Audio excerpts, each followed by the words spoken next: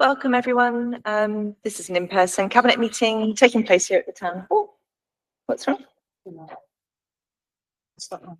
Okay, so we're now live streaming. Yeah. So we have also some members, I think, joining online, and decisions made this evening will be published after the meeting. Just a few words by way of introduction. This month we marked World Homelessness Day, with a number of you joining Hackney Night Shelter on a fundraising sleep out, which is really impressive. And in addition, Hackney's Greenhouse project was chosen as the location for the government to announce an additional 84 million for councils to tackle homelessness, with Minister Ali McGovern and Sadiq Khan, our Mayor of London, coming to Hackney, meeting with some of our health, outreach and housing staff, as well as service users. And they came to us because our Greenhouse project is unique in the country in terms of the way it brings health and housing service support together. Also welcome Minister for Schools, the new Minister for Schools, Georgia Gould, who came to visit Ickborough Special School to hear about the work we're doing across the borough to support children with SEND. And in recent weeks, we opened new additional resource provision, The Meadow at Seabright Primary School, to celebrate the opening of 24 new places for children with SEND, part of our commitment to make schools in Hackney more inclusive for every child. I also had the joy of joining the Hackney Light and Power team along with Community Energy London to open the 4th round of community energy funding. This has been transformative for many of our settings across the borough and really helps to highlight the national programme that we're leading in Hackney. We've taken further strides in our house building programme as well. I joined Hoxton councillors on site at Wimborne Street, where 59 new homes are being built, 27 for social rent and 12 affordable homes. And through the Mayor of London's support, we were able to flip some of the homes that were not previously affordable, offering really high quality homes to our social tenants. It's not just about building new homes, but improving the ones we have. And it's important to acknowledge Awab's law came into force today, a legacy to 2-year-old Awab Ishak, who tragically died from prolonged exposure to mould. These reforms will improve the lives of tenants and families, as landlords must fix emergency health and safety hazards within 24 hours of reporting and investigate significant damp and mould within 10 working days of being notified, a target we've already been working towards in Hackney. Finally, I hope to see many of you at the Black History events that we've got coming over at the borough. We've already enjoyed a few with some of you. And I know we don't just have a Black History Month in Hackney, but a Black History 365. We've got a real concentration of events at present. I hope everyone can come out and enjoy them. So I've got apologies for absence from Councillor Young, Councillor Mwema and Deputy Mayor Bramble. I've just seen Councillor Joanna Thomas arrive. I think everyone else is here. Item 2, declarations of interest. Do members have any interest they wish to declare? No. Item 3, urgent unrestricted business. I don't think we've had any admission of any urgent business. Item 4, note of intention to conduct business in private. I think we've got one exempt appendix for the capital update that we can decide whether or not to take when we come to that item. Item 5, questions. At the point of publishing this agenda, there were no public questions or deputations received, but I do have questions from Councillors Binny Lubbock and Councillor Turbet de Loff, who I see Councillor Turbet de Loff is here, so I'll come to them at the appropriate agenda item. Item 6, unrestricted minutes of the previous meeting of Cabinet. Do Cabinet have any comments on the minutes? Can we approve? No. Item 7, unrestricted minutes of the Cabinet Procurement and Insourcing Committee. Councillor Chapman, do you want to comment on the last CPIC meeting?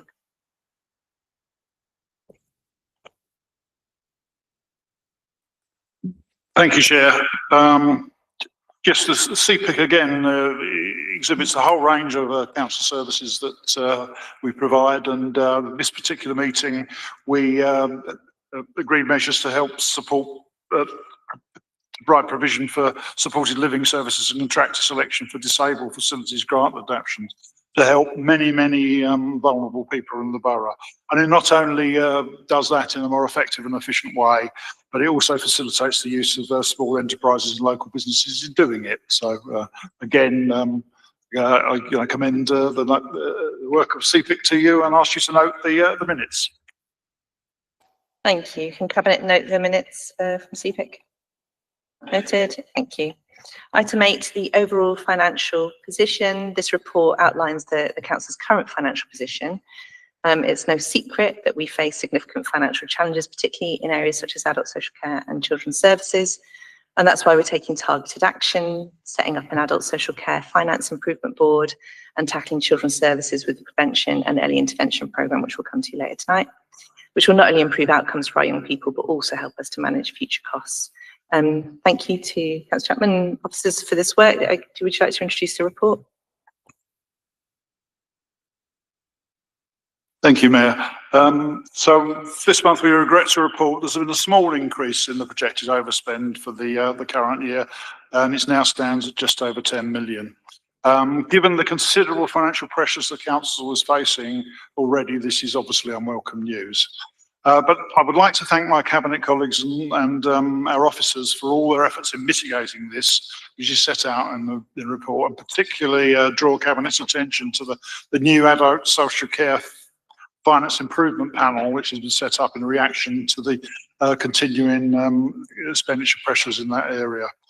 The report also recommends the establishment of a prevention and early intervention programme for children education, which will both provide savings for against future growth and improve the life outcomes for looked after children and those with special needs in the borough.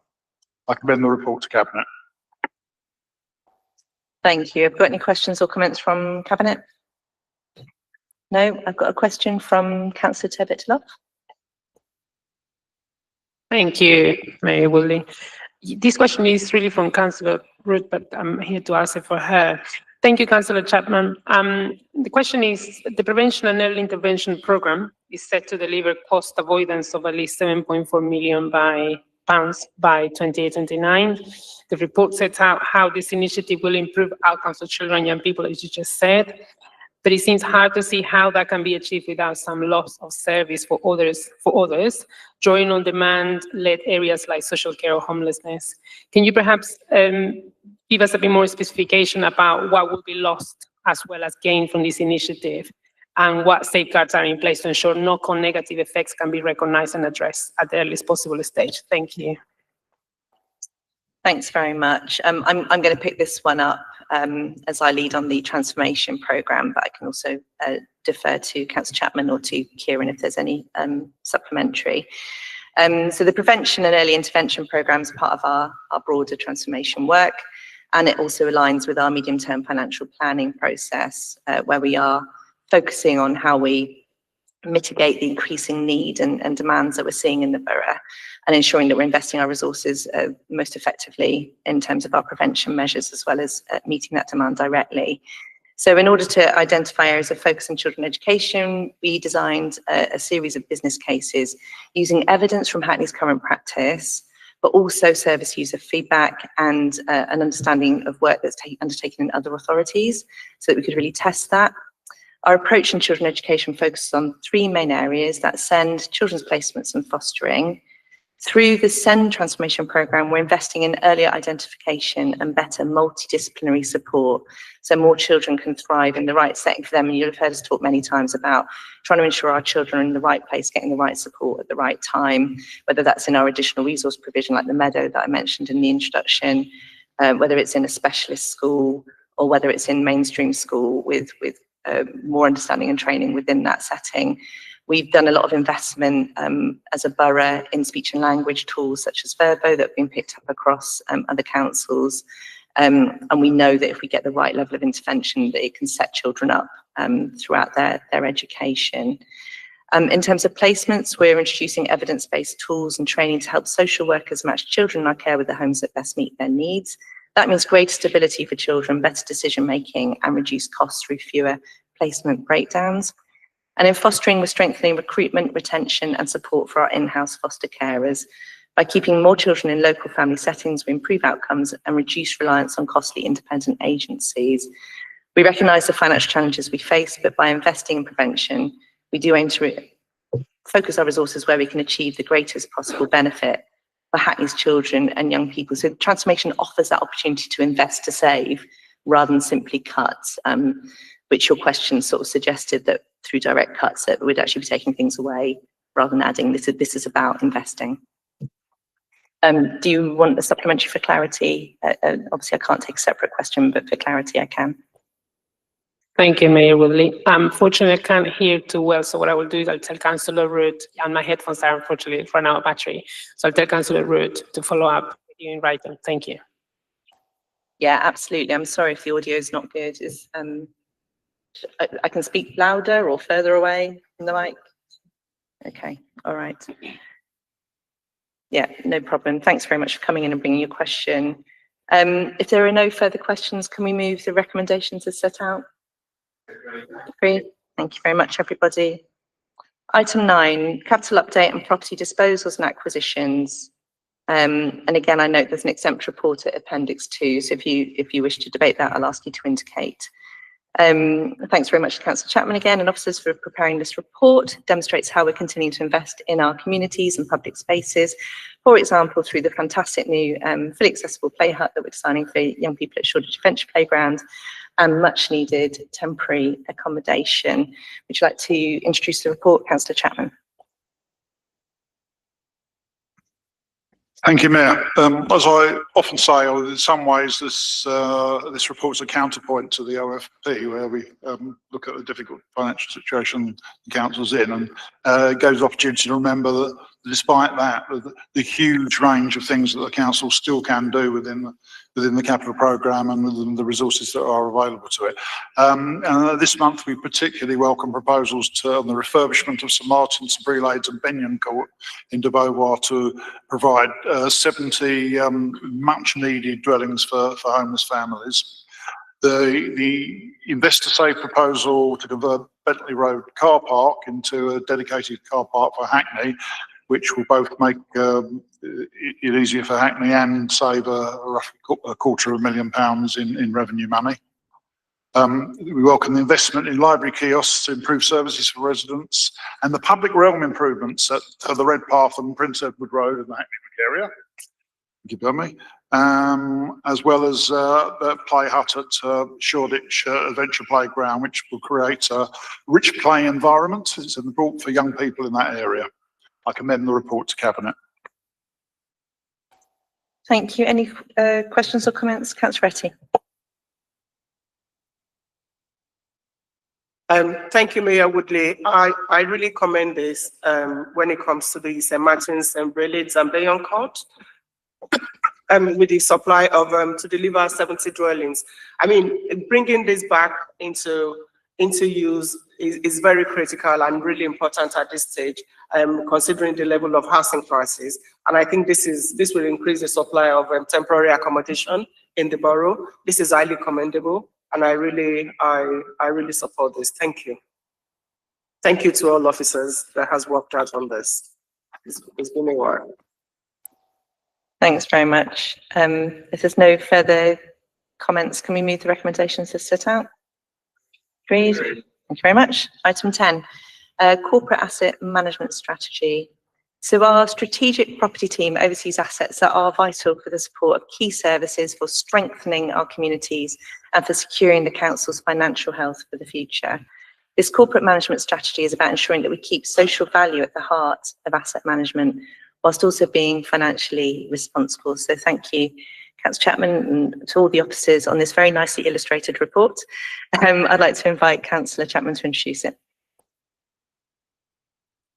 Thank you, Mayor. I'm really pleased to be able to present this to Cabinet tonight.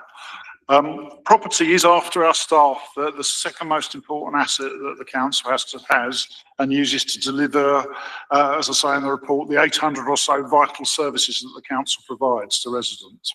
It also provides spaces for community and voluntary organisations and generates much needed income to support frontline services of the council. I'm really proud of what we have achieved, and there are examples of this in the document, notably Britannia Leisure Centre and groundbreaking projects in partnership with the NHS at Lower Clapton and Spring Hill, as well as community sector projects such as Mary Lloyd Centre and the ESEA Centre in Ellerfield Road. And I commend that, I hope you've all had a look at the document, but I commend you particularly to there's a section which sets out with really nice pictures of some of the really fantastic schemes that we have managed to achieve over the last few years. But obviously looking forward, it's also important to focus on the future to make sure that our property services and strategy stays relevant to our residents and continues to support service excellence, community resilience and long-term financial strength for the decade ahead. So I commend the report to the Cabinet. Thank you very much. Any questions or comments from Cabinet? Councillor Kennedy. Yeah, thank you. It's really good to see this in the report, and I think we should all just put our thanks on record to the officers in our property services team who've delivered these projects. If you look into the case studies, every building has a different set of residents and interested local community organisations, all of whom have different ways of working, different ways of interacting, different relationships that have to be managed and curated. So every building is entirely unique and different, with a whole different set of problems and relationships that need to be managed. And I think the team deserve their thanks for the way in which they pulled that through on so many occasions and so many different and varied buildings. Thank you. Okay, thank you. We'll certainly record thanks within the minutes, and I'm sure officers will pass that back to their teams as well. I understand I've got a question from Councillor Vinnie Lubbock. Yes, thank you very much. And I'd like to add my thanks to officers that Councillor Kennedy just mentioned. My question is, this corporate management strategy is preparing Hackney residents for major sell-off of our council assets, a short-term fix that will fail to fix the underlying issue. Will this strategy commit to using sell-offs as a last resort instead of making its first choice action? Community and non-profit co-ownership or long-term leases of council assets? Councillor Chapman. Thank you, Mayor, and thank you, Councillor Vinnie Lubbock, for your question. Our property is a valuable and expensive asset, and its use must be financially stable, but sustainable, particularly given our £51 million budget gap over the MTFP period. The financial situation does mean that Council now has a strong focus on ensuring that the property we own passes this test. Having said that, Hackney has an exceptional record in our approach to avoid disposals, doing this through various uses of leasing structures and partnerships, including our voluntary and community sector policy and many other initiatives tailored to the unique economics and opportunities associated with individual sites and occupiers. Since 2010, Hackney has constantly reviewed its occupation of administrative space, rationalising as technology has allowed, and the need for physical floor space has reduced. Kelton House, the annex in Hillman Street and 280 Mayor Street became surplus, but were all retained and repurposed to house productive uses. We do not dispose of property unless it is economically unsustainable for Hackney to own it. Typically when there is a need for significant capital expenditure and security costs, no use to which we can economically put it or poor value to retain it. Thank you. Do you want a supplementary for clarity? Yes, please. You mentioned that there was often additional costs for maintenance and repairs, etc. I just want to make sure that we actually can put something into this strategy or to commit to using sell-offs as a last resort, because otherwise there is a risk that there is a sort of managed decline option that would mean that without the investment to maintain buildings and keep them in good use, then they would inevitably end up being sold off and then lost to Hackney Council forever. So if we could have a strong commitment around using sell-offs as a last resort, that would be really helpful. Councillor Chapman. Well, it depends what you mean by last resort, doesn't it? I mean, we as I've said, we don't look to dispose of property, and we look to make use of it for the reasons I set out in my answer. So, you know, I think it's quite difficult to make a sort of a bland commitment to something that's, you know, so ill-defined as a last resort.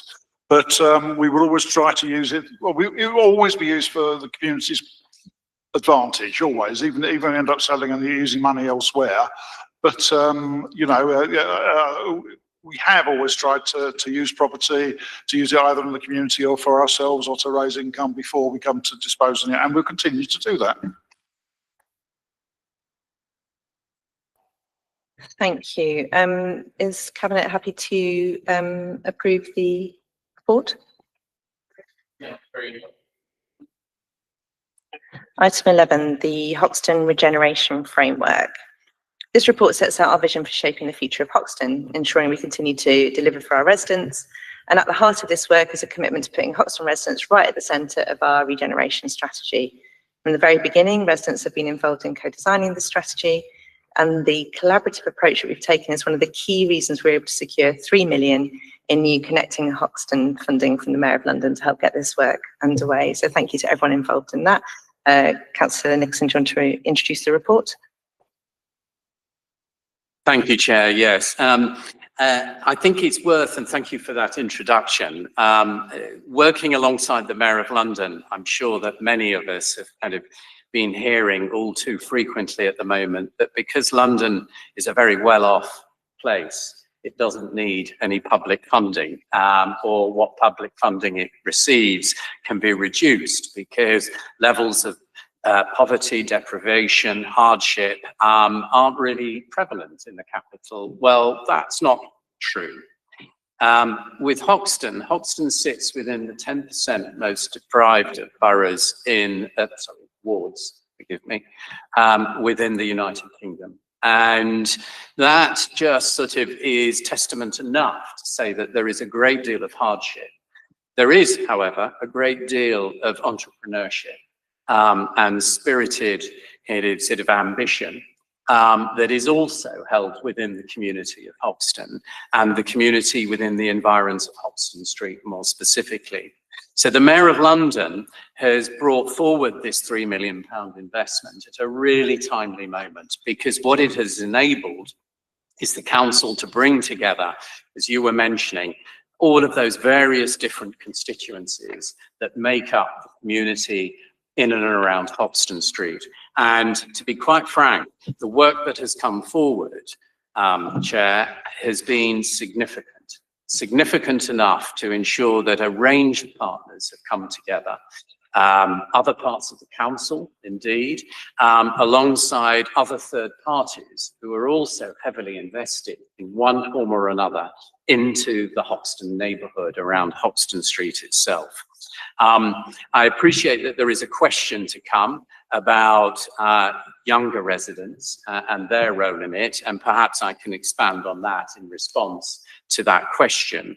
But in the meantime, if I may just summarize by saying what we have before us is a delivery plan that is coordinated, that is actually focused on genuine need within the neighbourhood, and the council playing a leading role in bringing together not just organisations and institutions, including the commercial sector, but also crucially bringing together the people of Hoxton to actually shape their future of their local neighbourhood, the neighbourhood in which they're growing up in, living in, and in some cases working in as well. So the report is as set out, Chair, and I'm obviously ready to take any questions. Thank you. Any questions or comments from Cabinet? And I've got two Hoxton councillors. And there's been change on the ground, really, hasn't there, in terms of working with Pier Gallery and the amazing mural, the library, the market, the community garden. I don't know if either of you want to answer side. Hard to know where to start with Hoxton. There's so many good things. Ministry of Stories, Hoxton Hall, National Circus Arts. We're an area teeming full of innovation and incredible people that have been there forever, like the Pie and Mash shop. People that are new on the scene and doing fantastic work, a really thriving marketplace. And as ward councillors, we really welcome all the work that's been put into this delivery. And we know that it's going to make a huge difference to the lives of people on the ground. So we're really grateful. Very pleased. Thank you. There's no other Councillor Walker? Yeah, thank you, Chair.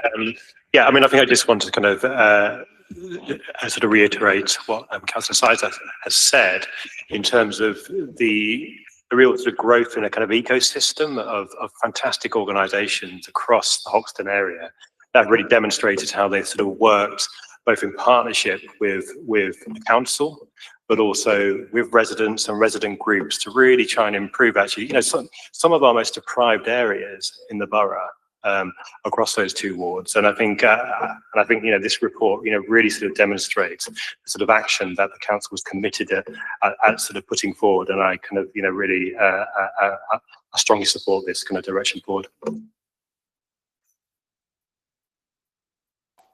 Thank you. I believe I've got a question from Councillor Vinnie Lubbock. Thank you very much. C4 is couched in ambivalent language, so encourage, exploring, could play a role. Can you understand why young people feel that the council speaks down to them when their creativity and drive and community wealth building should be at the top priority and a starting point for all initiatives, rather than their main offering in C1 to C3 that asks that young people fit into an existing existing trickle-down economic opportunities that in the survey was rejected by Hoxton residents? Councillor Nicholson. Yeah, thank you, Chair. Councillor Vinnie Lubbock, to suggest that young residents are being excluded in Hoxton and the work of this council is both mischievous and ill-informed. Contrary to your accusations of the council ignoring young residents, the truth is that young residents in Hoxton are being seen, heard and genuinely empowered. In other words, being at the front of neighbourhood change and regeneration in Hoxton. The Hoxton Regeneration Framework sets out a clear and inclusive delivery plan for the neighbourhood. It places decision-making, delivery and opportunity in the hands of local residents of all ages. The framework has been shaped by a wide-ranging and inclusive community engagement process, including surveys and interviews, focus groups and co-design workshops, all of the things that you would expect. But these have been held with residents of all ages and with local organisations, hosted by local organisations.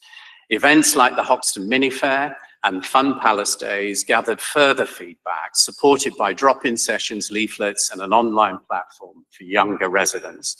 The council will continue to work closely with the community through the delivery phase of the framework, through a range of initiatives, such as the Next Gen Youth Market, Accessible Place for Everyone, and the Hoxton Creative Health Network. The council is working with Voyage Youth, a local social justice organisation tackling racial inequality and supporting excluded young residents to overcome social barriers, build their confidence and lead in their communities.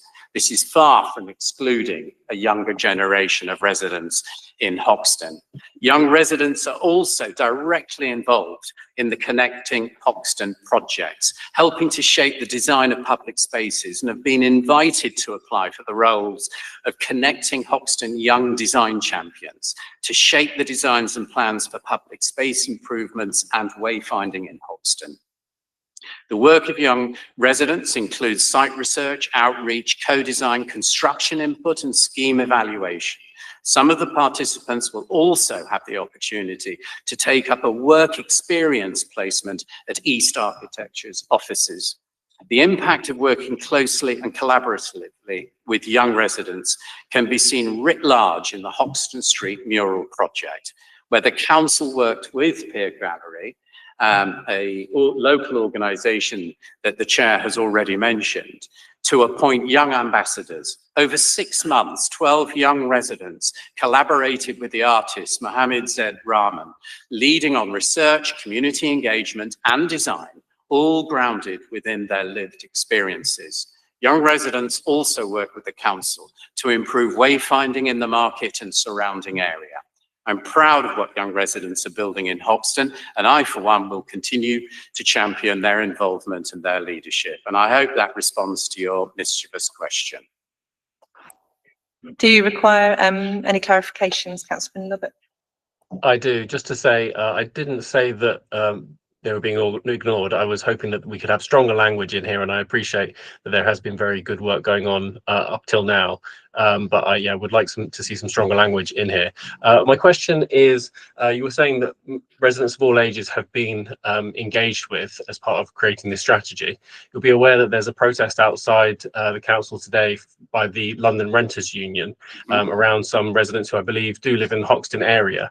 Would you commit to having a meeting with the London Renters Union and I don't think this is an appropriate supplementary. I'm sorry, Councillor Vinnie Lubbock, it had to be tied to the original question. It was to do with did refer consultation to, on the strategy. Excuse me, I did refer to policy that's come into place around AWAB's law in my opening remarks. And we obviously are always in touch with our unions, our activists and our officers as part of our bread and butter day-to-day work. So I'm sure meetings can take place in due course. I'm going to move on then if Cabinet can approve this report. Thank you. Item 12, Digital Strategy for Hackney, 25 to 28. This report sets out our ambitious digital strategy for the next 3 years. Again, it's a core part of our council's wider transformation work, designed to fundamentally improve how we operate and deliver for our residents.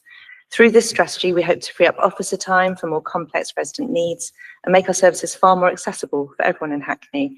Thank you again to Councillor Chapman and officers for their work on this, and would you like to introduce the report? Thank you again, Mayor. I'm delighted to be able to present this report, and if I may add, I'm quite excited about some of the proposals that we've got for going forward and modernising the way that the council delivers its services. Digital transformation is at the heart of our borough transformation programme, focused on increasing the accessibility of our services and keeping them relevant, effective and efficient for the future. There are 5 major themes running through the strategy, and if you forgive me, I'll just spend a little time on 1 or 2 sentences on each of them. We'll ensure digital accessibility, which means to modernise our website and improve usability of our digital services. We will support our residents not just to contact us, but to resolve their issues. We'll prioritise digital workplace. As I said earlier, our staff are our most important asset, and we'll have the modern digital tools that they need to do their jobs. In doing so, we will once and for all exercise the ghosts of the 2020 criminal cyber attack, have a full set of products and services that our staff can use to do their work. We'll be digitally inclusive borough, identifying residents who are digitally excluded and provide them with the support, digitally or otherwise, that they need to engage with the services. We will be data informed. We'll use our data with full respect to our residents' rights in relation to that data to better understand their needs. Fifthly and finally, we'll be a digital place and offer the best opportunities for digital access and connectivity for businesses in our borough and our residents. The strategy will be accompanied by a capital bid to be submitted in the next few months. And as I said, it will drive our transformation of ambitions and underpinning improvements in the efficiency and effectiveness of the service delivery over the next 3 years. I commend the report to Cabinet. Thank you. Any questions or comments from Cabinet? I've got a question from Councillor Turbet-Lop. Thank you, Chair. I'll now resolve my issue. And I want to say thanks for the text that is on the screen. It really feels very inclusive to be able to read it. Thank you, Councillor Chapman. This is really exciting. Taking into account the recommendations made by the Ombudsman on accessibility and service fairness, can you give us an indication of how the new digital strategy will support our residents who faces multiple barriers? For example, someone with mobility issues, hearing difficulties, limited English, living alone, in resolving, say, persistent issues such as damp and mold in their home. In particular, how will the strategy ensure that residents in these circumstances are not digitally or practically excluded from getting timely, effective responses, and that their cases are handled with dignity and equality of service compared to those who can easily access digital platforms? Thank you very much. Councillor Chapman. Thank you. Can I thank you for your question, Councillor Turbet-Lop. Like you, I also appreciate the wording on the screen there, but I did notice that it translated out as the oldest man there at one moment there. So and I'm not completely sure what to make of that, but I'll push on with your question. Firstly, as a minimum, residents will still be able to access services through other routes as they do now, for instance, the service centre, the telephone, and all the things that currently exist. Secondly, as the strategy document says, we will identify residents who are digitally excluded and provide them with access to devices and digital skills or alternative support to enable all residents in Hackney to engage with our services. I will ask the Cabinet to note that this is actually a commitment to an improvement in service accessibility. So that's a fundamental part of the strategy. I agree that we must ensure our services are fair and accessible to residents facing multiple barriers such as hearing difficulties, limited English and no household support. Our proactive approach, particularly for issues like damp and mould, requires us to move beyond digital-only solutions. Our systems will flag support needs and we will adopt a person-centred approach, for example, providing translation, interpretation and visual written formats when necessary. We will aim to assist digitally, but always ensuring, as I said earlier, that alternative channels like face-to-face and phone lines are still available. For serious health risks like damp and mould, we will take an approach which involves more than fast tracking and urgent repair. This will also require swift action, including welfare checks, addressing root causes and coordination with health and social care partners to deliver essential wraparound support and identify any safeguarding issues. Thank you. Do you require clarification? Thank you, Councillor Chapman. It really is exciting. I have to say it's one of the most exciting initiatives, really, that feels. My follow-up question is, on page 9, you talk about, the successes. How would you measure? And they all look brilliant. Now, can we know who will oversee this and how will be reported on whether there are progresses on these identified key measures of success? Thank you. Are you able to respond? I think thank you for your follow-up question, yes, and thank you for your support for the new strategy and enthusiasm, which is welcome. Yeah, I think there are the normal sorts of circumstances apply in checking that this has been implemented and followed up. I expect council scrutiny to show interest in it as it has done in the past and the future as a follow-up.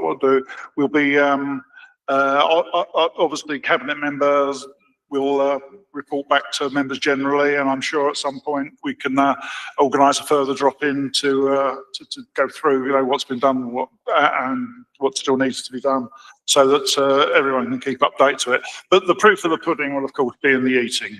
The website will improve, services to residents will improve, and that the council will become more efficient and effective in the way it runs. Thank you. Can Cabinet approve the report? Agree with the recommendations? Thank you very much. And I think that brings us to a close. I just want to double check you didn't want to discuss the exempt business. No, okay. That's it then. Thank you very much, everybody. Oh, next meeting is on the 24th of November. Yes, thank you. Thanks, everybody.